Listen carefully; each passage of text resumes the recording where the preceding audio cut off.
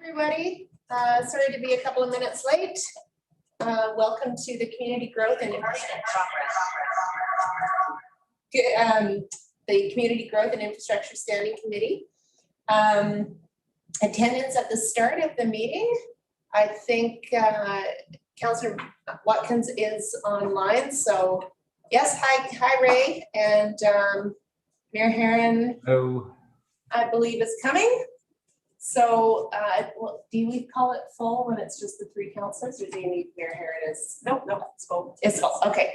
So attendance is 100%, and along with the three of us, we have Councillor Mackay. Is Councillor Hughes on? No. Okay. And Councillor Jelly is or no? No. Okay. So it's a small group today, but welcome anyway. Call the meeting to order. The time is now 1:33. And the adoption of the agenda. Could I have Councillor Watkins or Councillor Broadhead move it? Councillor Broadhead. Thank you, Madam Chair. That the June 14th, 2021 Community Growth and Infrastructure Standing Committee meeting agenda be adopted as presented. Any comments or omissions or errors or anything? All those in favor? That is carried unanimously. Thank you. Do we have any appointments today? No appointments today, so this is moving along pretty quickly. Approval of the minutes. Could I have somebody move the minutes if there are no changes? Councillor Watkins, you're on mute. You're still on mute?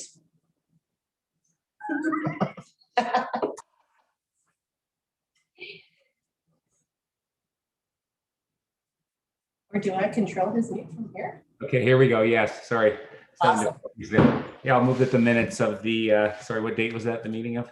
May 10th, 2021. May 10th, 2021 be approved. Thank you very much. Okay, we're moving on to new business. And of course, I only printed out one of 2 pages of my let me just open this up. Sorry about that, guys.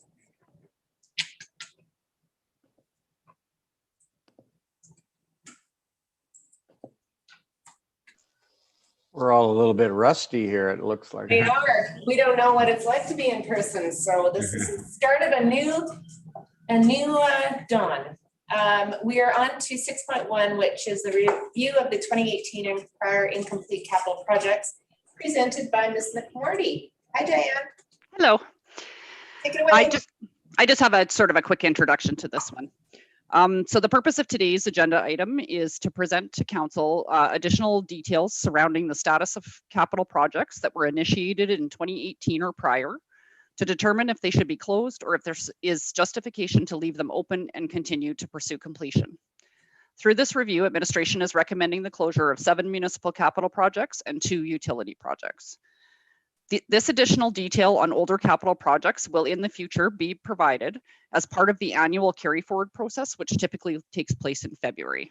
And we have staff available to answer any questions on any specific projects. Great. So at this point in time, I will open it up to questions of staff or Diane. Councillor Broadhead? Yeah. So I appreciated the way you put the report together and the way that you presented not only the scope, but then the rationale for continuing or not. And quite honestly, I walked through it and everything seemed to make sense to me. And so I don't really have any questions other than to suggest that this is what council asked for and you delivered. And so I appreciate that. Thanks. Councillor Watkins or Councillor Mackay, do either of you have questions? Yes, I had a question on page 20. On page 20, both the yes and no boxes were checked. That's just a typo, isn't it? Yeah, I noticed that actually on a number of them that both open and closed are noted actually on a number of them. The other Yes. thing I noticed, Sorry. Disregard those and just look at the list basically as the recommendation? That's correct. The list in the front would be the correct one. I noticed that late after it had already been sent as well. Okay, and then my second question on page 55, it's talking about the noise attenuation for the pickleball courts. And it says it's going to be done in the second quarter. And that would be in a couple of weeks. I'm just wondering if anybody knows the status of that. And if that's going to be done in a couple of weeks, could we just close that project too? Good afternoon, Council, and to your question, Councillor Watkins. So we are right now working with the contractor to put the noise attenuation up at Alpine Pickleball Court. It will be done in the coming weeks, and we can probably close it by the end of the year. Okay, thank you. Those are my questions, Madam Chair. Great. Councillor McKay, I'm sure that you have questions. You usually do. Yeah, thanks. I have my hand up, but I guess it's probably hard for you to see I it can there. only see like 3 things at a time, and you weren't one of them. But you just go ahead. I see your hand now. I'll take the knife out of my back. Page 12, I guess, Cultural 017, the St. Albert Place, the exterior wayfinding replacement. That's near and dear to my heart in the sense of we have probably one of the best facilities in Alberta for our size, yet we have to have staff go out and basically stick up letters outside announcing. I mean, I know, I'm aware that there's obviously a big media campaign behind all of our shows and the like at Art and Theater, but is there any other solutions there? I mean, like, are we looking at any other way of achieving this? I can respond to that, Chair, through to Councillor McKay. We have been on the St. Albert Place side of downtown. We're not able to do a digital solution with zoning. So we did explore whether there was some land available in close proximity to St. Albert Place that would be suitable, and all of the locations that were identified at that time had transportation concerns with distractions for drivers and or impacting the condos that were nearby. So we did start exploring St. Albert Trail to see if we could put wayfinding out there. So much traffic going by, and there's potential for revenue generation as well.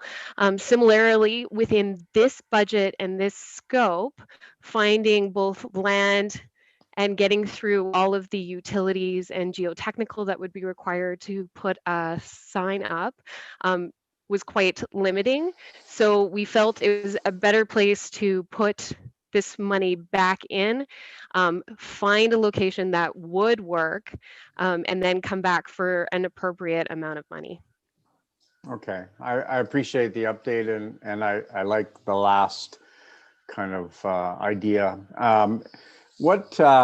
Maybe I'll ask somebody around the zoning. Is that just because it's downtown area? Like, what's the zoning? What precludes us from putting an electronic sign there?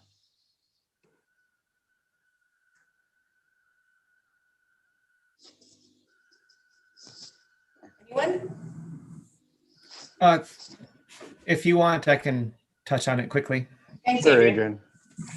So yeah, we've talked with culture a lot about those signs. So a lot of it is it's public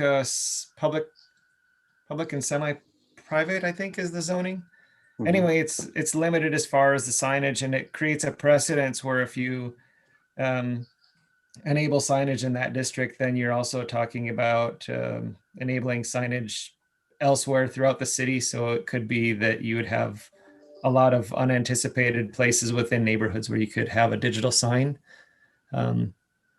We've gone back and forth on ways to address it, and we just never came up with anything that was a solution that met zoning and then met traffic as well. Okay, we're talking about St. Albert Place, we're talking about City Hall, we're talking about an entertainment area. And I mean, have we looked at, that to me, that seems a lot different than a neighborhood. And I understand your reluctance about that, and I could see that not wanting to happen, but I mean.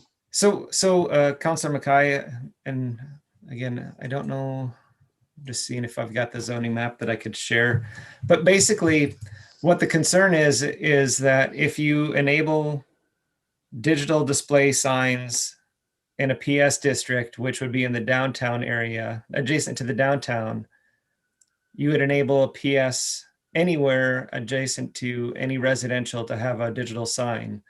So all of our schools that are zoned PS would then have the ability to have digital signs.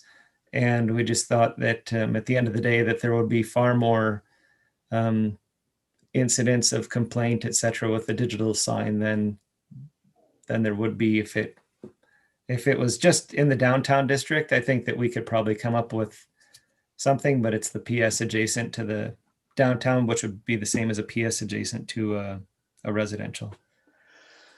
Yeah, I can follow that. I follow that. I don't necessarily know whether or not I would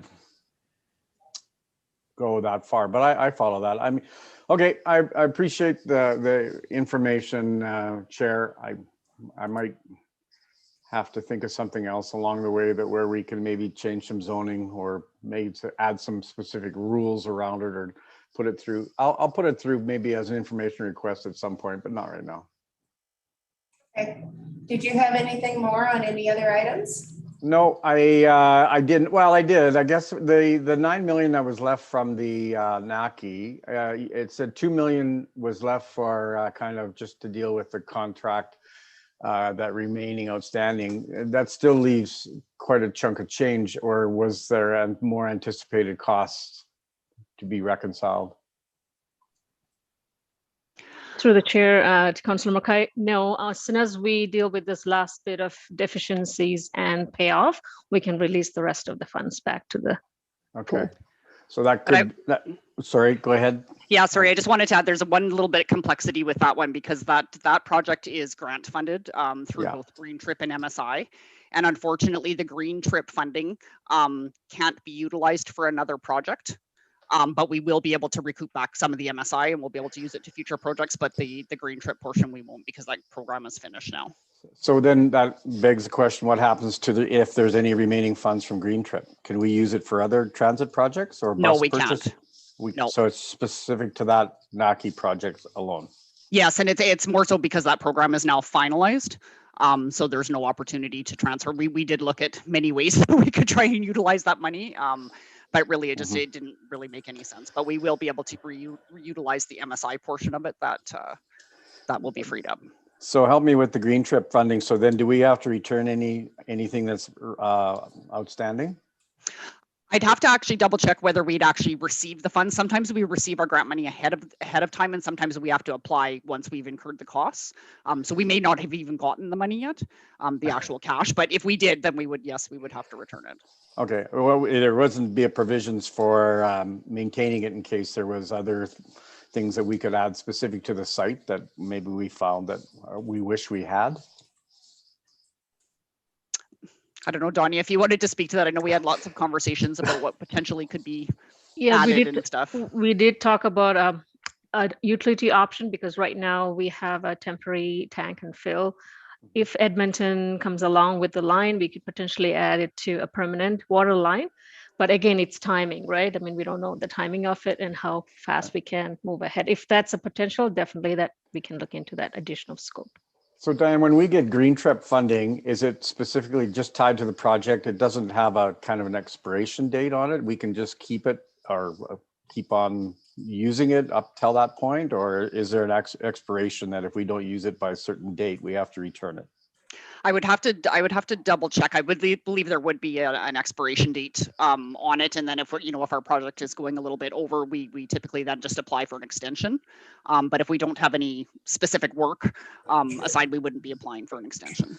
Yeah, I mean, I guess we're talking a lot of we don't know yet, but it would be nice if we did have a number of funds left over from it that we could look at potentially dealing with for example, what Donnie mentioned. So Anyways, that was just my curiosity. I appreciate the information. Thank you very much. Thank you. I am not on Zoom, so I'm not sure what's in the chat, but I don't know if there's questions there, but Councillor Broadhead has a comment. Yeah, can we get back to the green trip funding for NACI again? My understanding is that we deferred a large part of the paved parking lot, and we didn't develop out the parking lot as was originally intended. Is that true or not? Like, I thought there was like 1,500 stalls initially, and we only got 800 or something like that. I can take that, Councillor Broadhead. They did, through the chair, Councillor Broadhead, we did pave the existing, so they had held it back as part of the initial details because they thought the budget was going to be too higher. When the numbers came in, they actually added that back into the design and paved the additional areas. Oh, excellent. Thank you. That's it. Okay, any other questions from councillors? Because I have a couple. And I can't see you, so I hope not, but speak up. I should have actually just logged into Zoom. I would have seen everybody. I have a couple of questions. Just first of all, in the agenda report, it says there are 7 projects recommended to be closed. And on my page 11, there's only 6 projects. So are we missing one, or is there, have I got the wrong page? Yeah, if you look at project number 5, there's actually 2 separate project numbers listed there. Oh, gotcha. Okay. Okay, well, that helps me. I feel better about that. In terms of this, this is a little bit of an aside, but the subdivision entrance signage, this is project is closed, and this is for new subdivisions, as I understand it.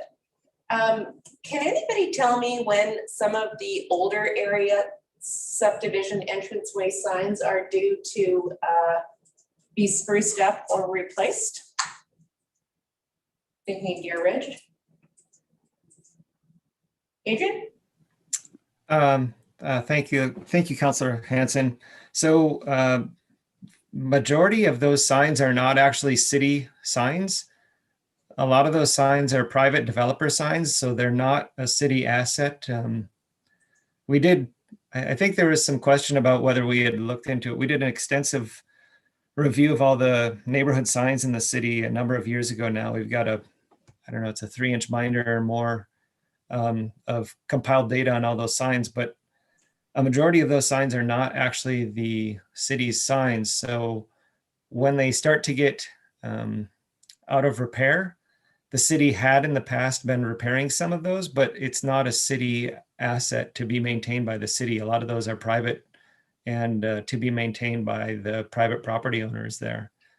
So it was put on a parcel when the land was sold by the developer, and then in 20 years' time, we get a complaint from a neighbor that the sign is out of repair, but it's not the city's responsibility to repair those signs.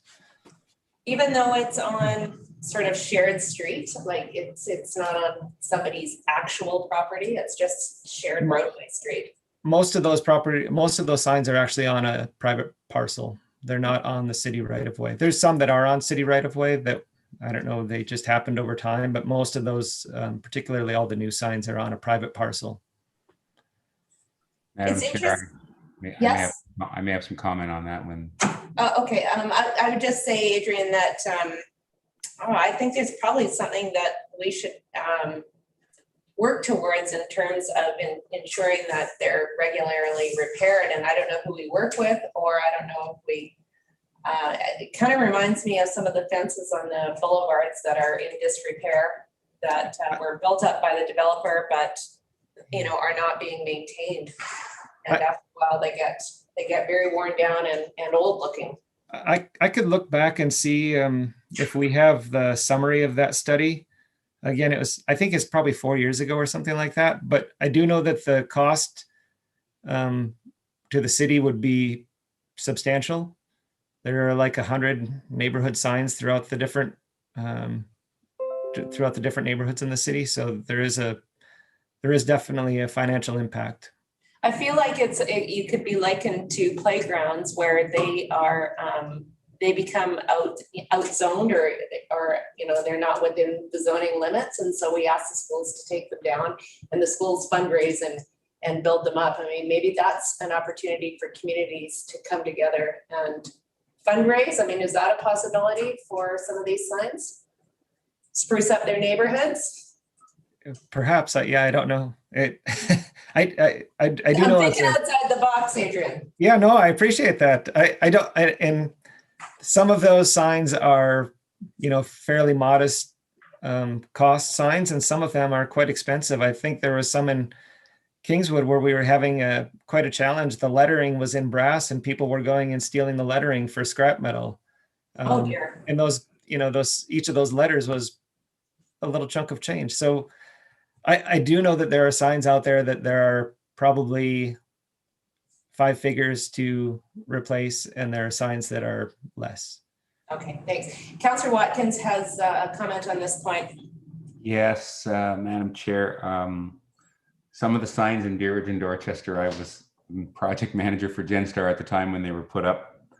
There's a bit of history here on signs or entry features. They used to be on public property, and then the developer would build them and then turn them over to the municipality to maintain, and the municipalities were concerned about maintenance costs of, as Adrian said, you know, some features are quite extensive, all this brick and stonework and everything. So then the city asked in the 90s to put them on private property. So some of those ones in probably Deerridge, Dorchester, maybe Lacombe Park are on private property. But in some instances, the city did ask for the developer to enter into a maintenance agreement with the city about having them maintained. And then in other instances, the developer put a caveat on the property that said that the homeowner of that lot had to maintain them. So I would probably, the ones you're concerned about, I would probably suggest that staff pull the titles of those lots and look and see if there are any caveats or restrictions on title associated with maintenance. Great, that's good to know. Thanks for that. My last question around the report is around the utility master plan. And it says that an extensive update to the UMP was started in 2013 and completed to 2014, and another update will be required in 2019. Was this work actually done, or was it deferred and it's going to be done? That's page 70 of my package, under the scope.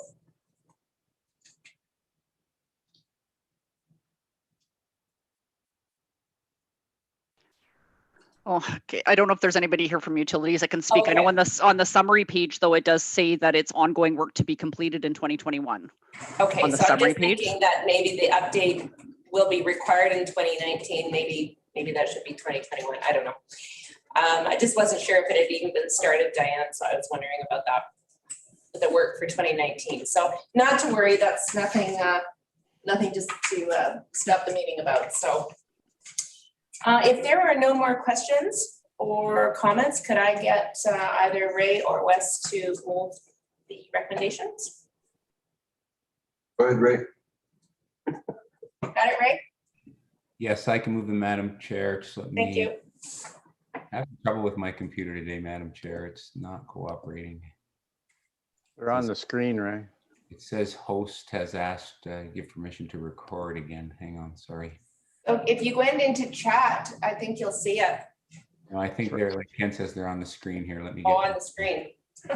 Okay, that Community Growth and Infrastructure Standing Committee recommend to council that number 1, 7 municipal capital projects be closed and the residual balance of $350,244 as detailed in the document entitled 2018 and prior incomplete capital projects provided as an attachment to the June 14th, 2021 agenda report be uncommitted within their respective funding sources, and 2 utility capital projects be closed and the residual balance of $3,483 as detailed in the document entitled 2018 and prior incomplete capital projects provided as an attachment to the June 14th, 2021 agenda report be uncommitted within their respective funding sources.